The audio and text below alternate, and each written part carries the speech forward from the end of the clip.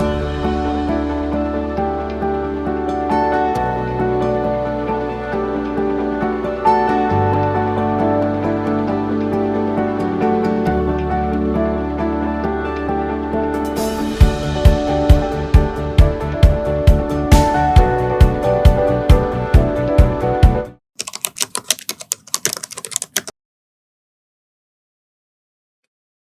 name is Uaboi Agbebaku. As you all know, I'm the company secretary and the legal director of Nigerian Breweries PLC. Before I joined Nigerian Breweries PLC, I was in private practice with a law firm of David Garrick and Co. I was there for some years, almost 7 years, both NYC days and post NYC days before I left and joined Nigerian Breweries PLC. So I've only worked in 2 places. David Garrick and Co. and now Nigerian Breweries PLC. In addition to being a qualified lawyer called to the bar, I was called to the bar in 1995, so it's been a while now.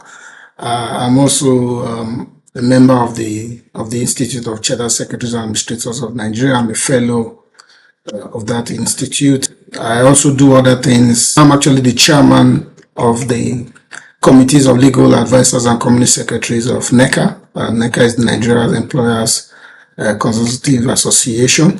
We also did form a group in the manufacturing sectors of, we call it AXLA. AXLA is the Association of Company Secretaries and Legal Advisors in the manufacturing sector. Past time, I play tennis. I'm a member of a couple of tennis clubs. So I enjoy playing tennis every evening after work.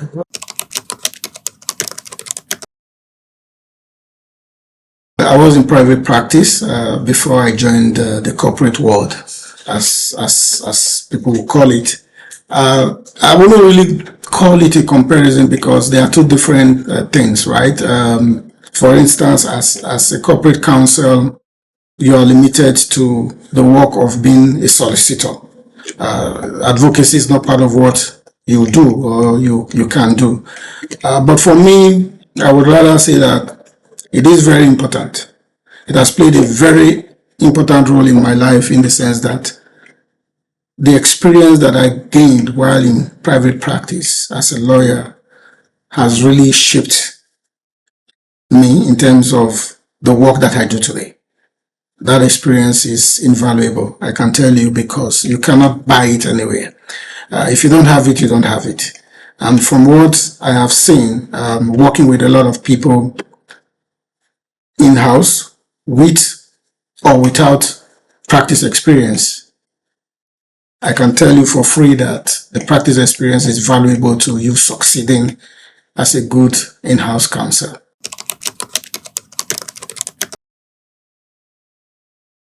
For me, everything starts with God. So I'm a strong believer in God. God is my anchor. Is the one that I call upon and rely on at all times. As a human being, what do I do? If I go play tennis, it makes a whole lot of difference in my psyche. And also listen to music.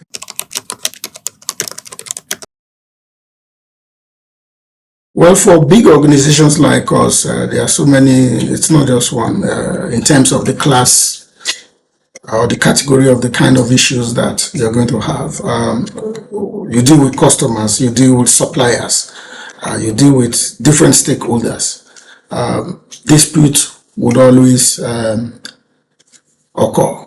But then in terms of specifics, you would have issues like service delivery, quality of service delivery issues that could then become real disputes. You could also have reconciliation of accounts with customers that could also become issues, because again, what you see is that in this part of the world, you deal with a whole lot of partners who are not that, with due respect, are not that exposed and are not that knowledgeable. You could also have issues around in our sector, people making claims, especially when we do a lot of consumer and customer engagement activities like events and all of that, right? And you then have people come in and say, "Oh, you didn't get the copyright for the use of my work," and those are the kind of issues that you're going to be seeing in and around our kind of sector. And you could also have, of course, product liability complaint of people coming with some funny products claiming that you did one thing or the other to their body or to their health. Those again are the kind of issues that you see and we deal with all the time.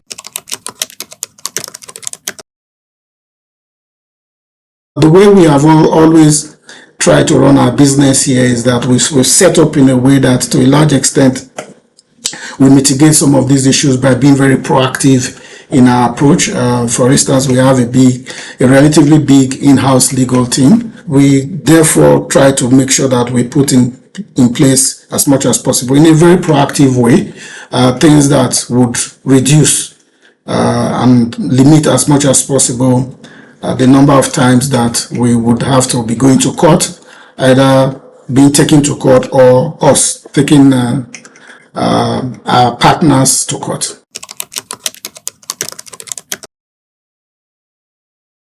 There's really none of our contract. From the point I joined this business, I made it a point of duty, even as starting first as a legal manager before I became the head of the team, to ensure that in every contract that we do, an ADR clause is there. It's given. It's part of what we have to do at every point in time.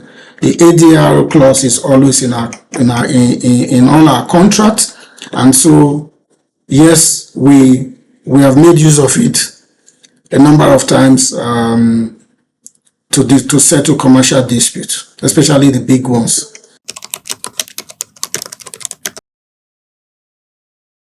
The legal team here, we adopt the ADR process and approach in trying to solve issues here. So the start point is that we tell ourselves we are not just lawyers. So what we say here is that we are business managers who happen to have the privilege of being lawyers. So first and foremost is the business mindset. That is how we approach how we work here. So what it then means is that as a businessman, the first thing you're looking at is how do I resolve this issue as fast as possible. It is not the mindset of your typical litigator that would say, okay, you know what, let's go to court and settle this issue. But for us, it's the other way around. It is first, let us sit with the other party and see how we can resolve issues.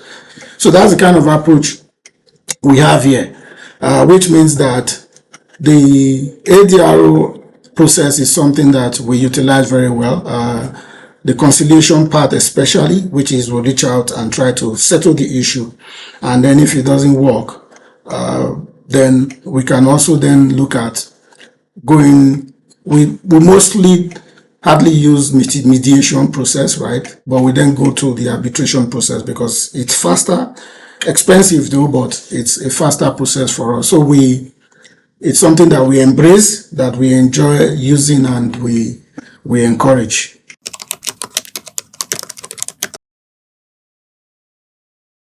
Straight away, the answer is yes. For the ones we have used, speed is speed. It's a speedy process. It's a speedy process. It might not be very cheap, right? It might be on the high side in terms of the cost. But at the end of the day, if you also then try to balance the cost of the time you have to be in resolving an issue, otherwise, say the usual court process, and we know how long that takes. There are cases that have taken us now over 10 years and we are still there. We have not even made substantial progress because of the system of which we all know. But then you go into an arbitration process, for instance, right? And under 1 year, you are done. Sometimes matter of months, you're done, and then the matter is settled and we move on. Yes, it delivers, especially on speed and faster resolution of issues, and also, in a way, you could say efficiency.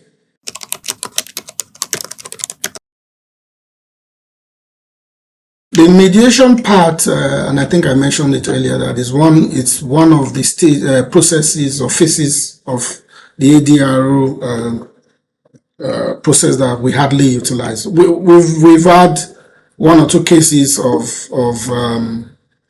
that, but it didn't really result in any resolution of the conflict. But that doesn't mean that it will not have a relevance, okay? Which also then says that it will not be out of place and it will not be a wasted effort and a wasted resource, as it were, for in-house counsels to have the skills of mediation. I do believe that is very important.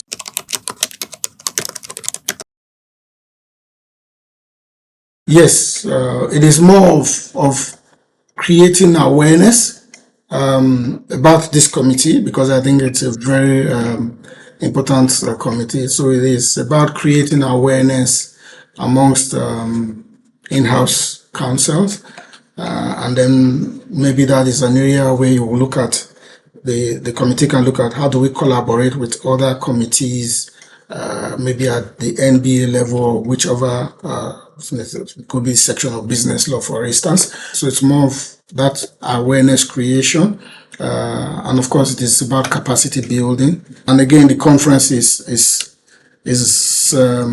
one of such capacity building opportunities.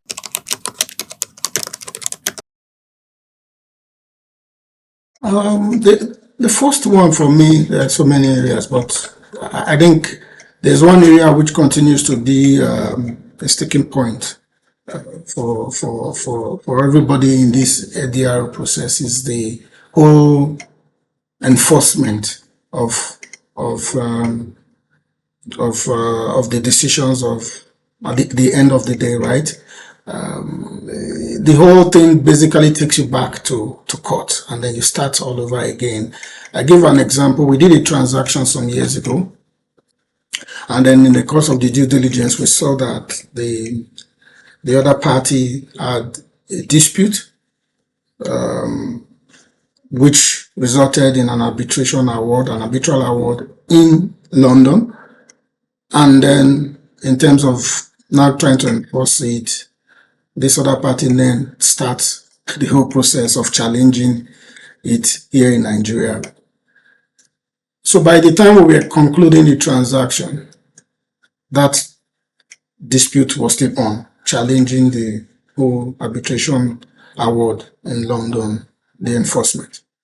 What we then had to do was to set aside the sum that was involved and put it in an escrow account, just in case the decision goes against them.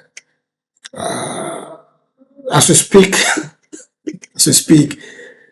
that case is still in court here in Nigeria. And so, and the money is still at the point where, like, what do we now do with this money? Another one, of course, is, I mentioned it earlier, it's an expensive venture. It's an expensive way of resolving issues in terms of the cost. And why do I bring this in? Maybe for organizations like us, you could say, okay, you can bear the cost, right?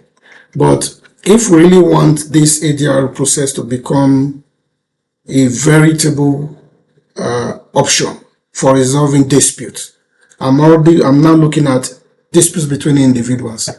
How many individuals really can afford the cost of going through the arbitration process? So those are the two areas that I want to quickly call out, that in terms of policy shaping, we will need to take another look at. Yeah, I'm staying in person. Coffee. I prefer to drive. I prefer to drive. Being driven sometimes gives me some kind of worry, like window seat, and especially if it's a long trip and you don't want anybody disturbing you.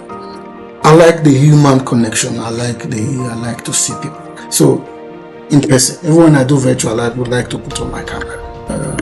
Italian. I like the sound of it. I like the sound.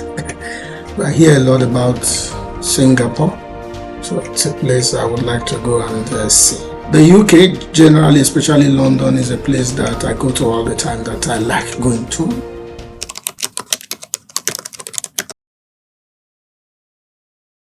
So at this stage in my career, obviously, I've been doing it, right? It is to bring out the best in the team, to make sure that I push, encourage and push people to be the best of who and what they can be, and give them opportunities as much as possible, especially in an organization like this. Expose them to the top leadership in the organization, so that they can also become visible, and that obviously would help their careers.